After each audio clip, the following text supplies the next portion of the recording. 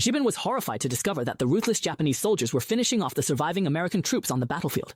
Seeing such cruel parrots, Dos could only lower his body, trying his best not to be discovered. At this moment, he suddenly heard cries for help not far away. An injured comrade was buried in the dirt. Dos looked up and saw the Japanese soldiers getting closer. He quickly lowered his body and swiftly crawled over to his comrade, telling him that the Japanese were coming and to stay still. He then covered his comrade's body with sand and turned to use a corpse to cover himself. Soon, the Japanese soldiers swept past them, and at that moment they were terrified, facing the prospect of being stabbed in the kidneys.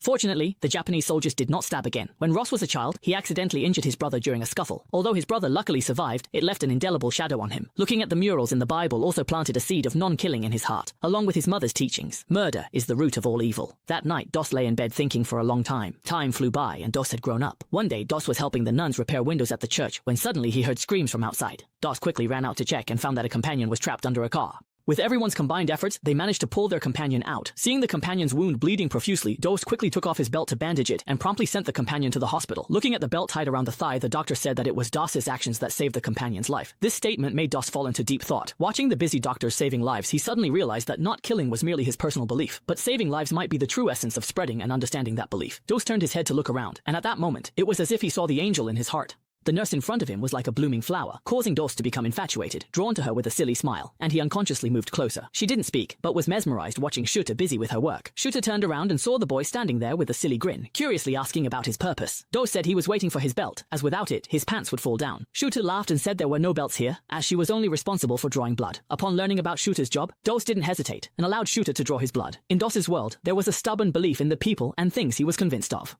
It would never change throughout his life. From then on, whenever Dos had time, he would go to the hospital to find Shuta. Under Dos's persistent advances, their relationship quickly developed. On this day, Dos invited Shuta to the cinema. He kept trying to find topics to chat with Shuta. Dos's eyes were filled with affection for Shuta. However, as the movie started, watching the depiction of the horrors of war made him realize how fragile life is. Dos slowly calmed down from the sweetness, realizing that he could live a peaceful life. It is because someone is bearing the burden for them to move forward. After Japan's attack on Pearl Harbor, the government recalled the young men who had served in the military, all of whom faced this reality with a heavy heart, knowing the horrors of war. Since Dos had sworn from a young age not to kill, he had avoided military service as an adult. However, today, he sought out his father alone and told him that he had enlisted in the army to become a medic. Dos's decision was difficult for his weathered father to accept. His father had been on the battlefield during World War I and had personally experienced the brutality of war. The tombstones before him were all for his former comrades, and on the battlefield, there is no God. And those so-called beliefs about not killing in your head won't protect you. Now both brothers are going to the battlefield, and when the time comes, there will be 2 more tombstones in the cemetery, prematurely ending the latter half of the old couple's lives. Dos looked at his saddened father, but it did not change his decision. He also told Shoot about this. The sudden decision was hard for Shoot to accept at first, because they were already engaged.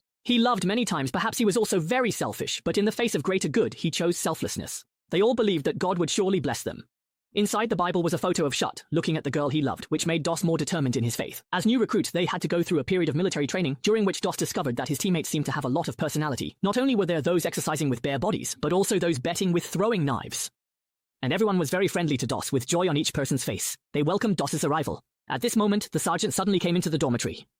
Everyone quickly lined up on both sides. The sergeant did not show a friendly face to these new recruits. He realized that these carefree recruits had no idea about the brutality of the battlefield. The sergeant was like a bucket of cold water, extinguishing their fiery attitudes, making them understand that going to the battlefield is not child's play. After reprimanding everyone, he ordered them to head to the training ground. Even the muscular men without shirts couldn't put on clothes. Every soldier had to undergo physical training, as it was crucial for increasing their chances of survival on the battlefield. Among these people, Dos was not the strongest, but he managed to take first place in various training exercises with extraordinary strength and speed. The sergeant had high hopes for Dos's performance. However, when the unit handed out guns to them, he refused to take the rifle that belonged to him because of his beliefs. The sergeant was quite surprised to see the extra rifle. When questioned by the sergeant, Dos stated that he would not touch a gun, and even on the battlefield, he would not kill anyone. His words left everyone dumbfounded. If you don't touch a gun and won't kill on the battlefield, are you going there to be a human sandbag? But no matter how the sergeant tried to persuade him, Dos remained steadfast in his beliefs. Faced with Dos's situation, the sergeant was at a loss for how to handle it, and could only take Dos to the captain for further handling. When questioned by the captain, Dos explained that he joined the military to help those soldiers injured in the war, and he had clearly applied to be a medic. However, he was somehow assigned to the infantry, so he was also unclear about the situation according to his documents.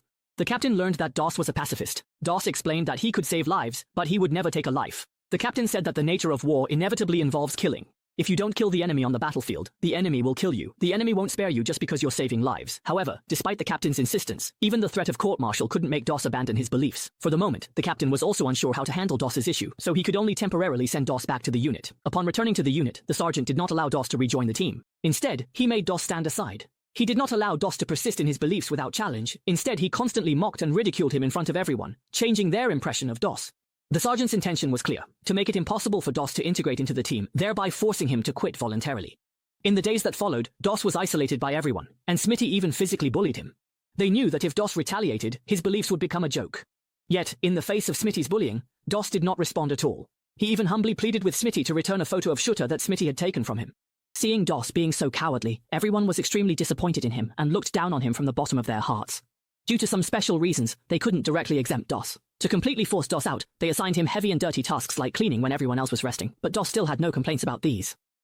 The sergeant, unable to bear it any longer, went directly to the dormitory that day. He angrily flipped over Doss's bed multiple times. To them, Doss's presence was a disgrace to their entire team. If one person made a mistake, everyone had to be punished. The next day, when the officer was inspecting the room, he saw that Doss's pillow was covered in blood. Following the gaze of the other soldiers, the officer saw Doss with a bruised and swollen face, and the officer, sympathetic, advised him. He asked Doss to identify who beat him up like this. But Doss said, He said, I sleep pretty hard. Seeing his resilient and unyielding demeanor.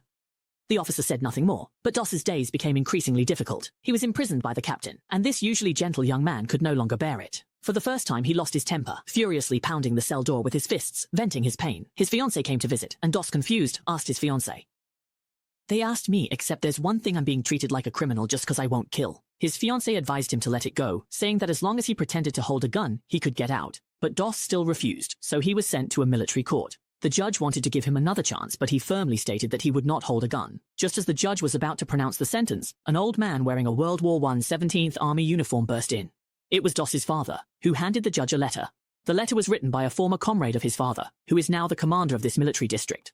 In the letter, the commander stated that Doss had the right to refuse to use a gun. Thus, the company commander had to drop the charges. Doss was acquitted and became a medic who did not need to carry a gun, just as he wished. They were urgently sent to Okinawa to participate in the battle. The mission was to capture a fortress called Hacksaw Ridge, which was easy to defend and hard to attack. The US military had launched 6 consecutive assaults, all ending in disastrous failure, the horrors of which were unimaginable. As the soldiers marched towards the battlefield, they were met with truckloads of corpses, with dismembered limbs and unrecognizable faces. All of this symbolized the brutal conditions of the battle, leaving the new recruits too frightened to speak. They arrived at the base of Hacksaw Ridge, facing a steep and treacherous cliff. All the soldiers could only climb up using a rope net. The soldiers began to line up and climb, with blood continuously dripping down onto them from above. All the soldiers realized the horrors above, but they had no choice but to grit their teeth and climb up. When they reached the top of the cliff, they were met with an empty and deathly silence. The soldiers cautiously advanced to investigate. Shrouded in mist, they moved forward step by step. The ground beneath them was littered with corpses, with rats even gnawing at them. A new recruit had just approached a corpse when it suddenly sat up, causing both to scream in fright. At the same time, Japanese soldiers hidden in the shadows began firing. The American soldiers, caught off guard, were killed before they could even raise their guns. The sound of gunfire and explosions was relentless, and some soldiers were blown away after taking just a few steps. Severed limbs and blood splattered everywhere. A new recruit bravely charged at a group of Japanese soldiers and quickly took them down. But just then, a Japanese soldier suddenly appeared behind the recruit. He was swiftly tackled to the ground by the recruit's comrade, who arrived just in time to save him. The recruit seized the opportunity to shoot the Japanese soldier, only to realize that the person who had just saved him was Doss. The very person he once looked down upon had saved him, and Doss was far braver than he had imagined. Unarmed, Doss continued to move through the hail of bullets. He quickly found a soldier whose legs had been blown off and used strips of cloth to tie off his legs at the pressure points. Another medic ran over and told Doss, "Move up exactly." After the medic left, the wounded soldier kept pleading with Doss not to leave him behind, saying he had a child at home. Doss looked at the wounded soldier and loudly said he carried the soldier to the edge of the cliff, ensured the soldier's safety, and then rushed back again. Returning to the battlefield, he hunched over, quickly weaving through the hail of bullets. Under the cover of other soldiers, Doss soon rescued another wounded soldier. The Japanese artillery fire grew increasingly fierce, and they, taking advantage of the bunker's cover, recklessly harvested young lives. At this moment, the officer dispatched 2 soldiers to blow up the Japanese bunker. They advanced alternately with explosive packs, using the pits for cover, and soon approached the bunker. At this point, one soldier was blown away, and the other immediately took his place. The bunker was finally destroyed, and the American forces began to take the initiative in the attack. One by one, the American soldiers fearlessly charged forward, engaging in fierce firefights with the enemy, and they finally managed to temporarily repel the Japanese soldiers. That night, the American troops took a brief rest in the trenches, with soldiers taking turns on guard duty. Doss decided to go on guard alone at the front. The new recruit who had been rescued during the day decided to join him, and the two of them did not stop until late at night. After a long and exhausting day, they were all starving. The new recruit offered his only can of meat to Doss, apologizing for his previous offenses against him. Doss shared stories of his childhood experiences, and the two began to speak freely, considering each other confidants. The next day, at dawn, the Japanese soldiers came roaring in, attacking the American forces like mad dogs, seemingly unafraid of death. The Americans engaged in fierce firefights with them, and the battlefield once again turned into a hellish scene. The Japanese assault was relentless, with soldiers charging one after another, some even clutching grenades, attempting to take the Americans down with them. Under this life-for-life assault, the American forces suffered significant casualties. The established front line also began to collapse. The captain immediately ordered a retreat and called for reinforcements. In the hasty retreat, many soldiers were caught off guard and were shot in the chaos. Doss did not retreat. Instead, he was desperately trying to save the wounded. Behind him were the ferocious Japanese soldiers, relentlessly pursuing the American troops.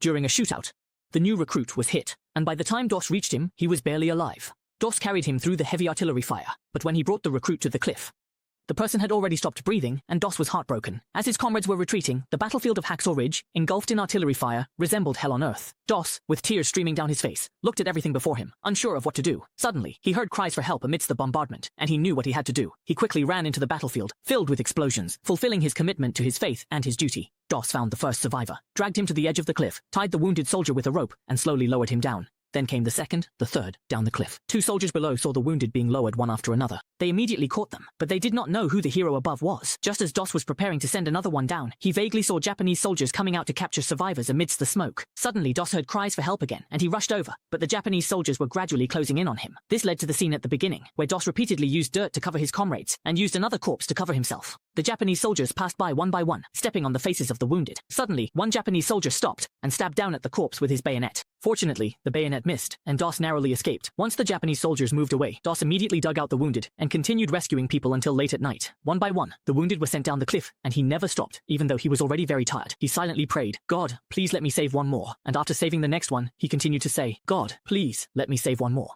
He was so exhausted that he could barely stand, but the kindness and faith deep within him supported him. Doss continued from late at night until dawn, and at this time, he found the instructor who once looked down on him. However, the sweeping Japanese soldiers were also approaching them. Doss grabbed a rifle, wrapped it with a cloth, and dragged the instructor while running frantically, as the instructor kept firing at the Japanese soldiers. At the edge of the cliff, he first dropped the instructor down, and the Japanese soldiers also. Doss also jumped down, carrying a wounded soldier on his back. The Japanese soldiers raised their guns to shoot, but the officer and the soldiers repelled them. Doss was finally safe, but the sudden peace was hard for his tense nerves to adjust to. On the way back, his comrades all looked at this hero, realizing it was he who saved 75 people overnight. Later, the officer found Doss and sincerely apologized to him for having misjudged him before. The next day, the officer captured Hacksaw Ridge, but the soldiers at the bottom of the cliff were slow to move. At this moment, Doss had already become their spiritual leader. After the prayer, they climbed Hacksaw Ridge again, but this time, everyone was full of fighting spirit, because they firmly believed that with Doss there, no matter how badly they were injured, he would bring them home. This is the power of faith. Soon, the Japanese soldiers raised the flag to surrender, but the cunning Japanese threw grenades again. Doss quickly rushed over, swatting one away with his hand.